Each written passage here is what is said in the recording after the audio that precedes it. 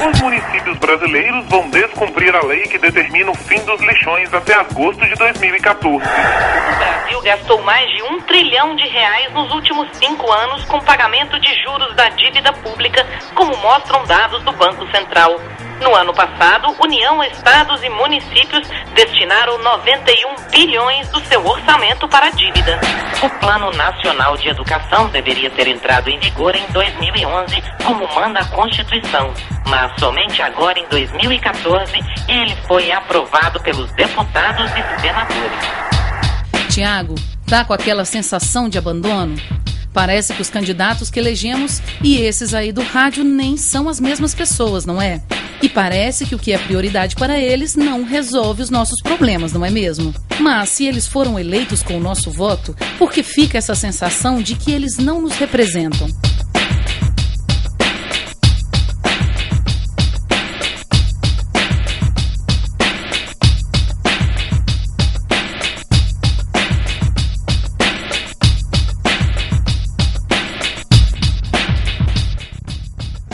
No Brasil, retomamos o regime democrático em 1985. No nosso modelo de democracia, todos votam e a maioria decide quais serão os nossos governantes e legisladores. É uma democracia representativa. Trocando em miúdos, quer dizer que a maioria decide quais serão os nossos representantes. Reconhecemos muitos avanços da democracia nos últimos anos, mas é preciso seguir em frente. Para além da democracia representativa, é preciso avançar na democracia participativa, como forma de ampliar os canais de participação do povo na vida política. Se conscientizar o que é democracia. Deveria ser mais aberto ao público, sem saber cobrar os seus direitos. Usufruir dessa democracia, né? Quando a democracia se consolidou, ela estimulou o direito à identidade individual e coletiva das culturas, deu voz política aos povos indígenas, às comunidades campesinas, ribeirinhas e quilombolas, despertando o sentido de cidadania entre as minorias e aflorando no país as marcas da diversidade, até então adormecida. Essa nova realidade brasileira, em que a diversidade deixa de ser uma peculiaridade e passa a definir nossos contornos políticos, começa a esbarrar nos limites da democracia representativa, exigindo um sistema que satisfaça os anseios plurais deste novo cenário. Agora, muitos políticos têm se fechado numa dinâmica particular em que o poder econômico desvirtua o processo eleitoral, fragilizando a democracia. Veja só esse exemplo. Nas eleições de 2010, o candidato a governador que venceu em um determinado estado teve mais ou menos 940 mil votos. Segundo cálculos divulgados pelo portal Transparência Brasil, para conquistar cada um desses votos, ele precisou desembolsar R$ 19,96 por voto. Quer dizer que ele gastou mais de 18 milhões de reais para ser eleito. Certamente uma pessoa não está disposta a investir tanto dinheiro numa campanha. Até mesmo porque, se somarmos todos os salários que ele receberá ao longo dos 4 anos, a conta fica longe de fechar. Para ter alguma chance de se eleger, os candidatos precisam do apoio financeiro de empresários. Geralmente, a maioria dos candidatos recebe financiamento de empresas. Mas os grandes grupos financiam determinados candidatos que depois vão defendê-los, né? Nessa relação, o que prevalece é o valor financeiro e não o valor democrático.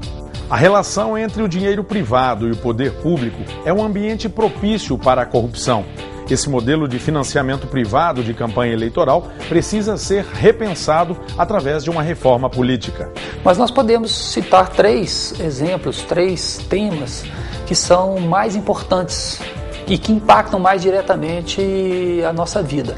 Seria o financiamento das campanhas eleitorais, que hoje é um financiamento misto, parte de dinheiro público e parte de dinheiro privado, muito mais dinheiro privado.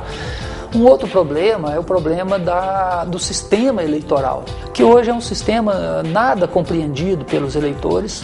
Os eleitores votam em pessoas ao invés de votar em projetos políticos. E o terceiro é a questão da própria transparência do processo eleitoral como um todo. Hoje, nenhum cidadão, nenhum eleitor sabe quem são as pessoas que estão financiando aquele candidato da sua preferência. Desde 2013, dezenas de entidades com alto grau de representatividade popular vêm se reunindo para discutir e propor um modelo sólido para as novas regras políticas e eleitorais do país. Esse movimento, que ganhou o nome de Coalizão Democrática pela Reforma Política e Eleições Limpas, tem trabalhado para apresentar um projeto de lei de iniciativa popular, ancorado nas seguintes proposições. O mais importante e, digamos, o mais grave, afastar o poder econômico das eleições. O segundo ponto é implementar no Brasil a votação em 2 turnos.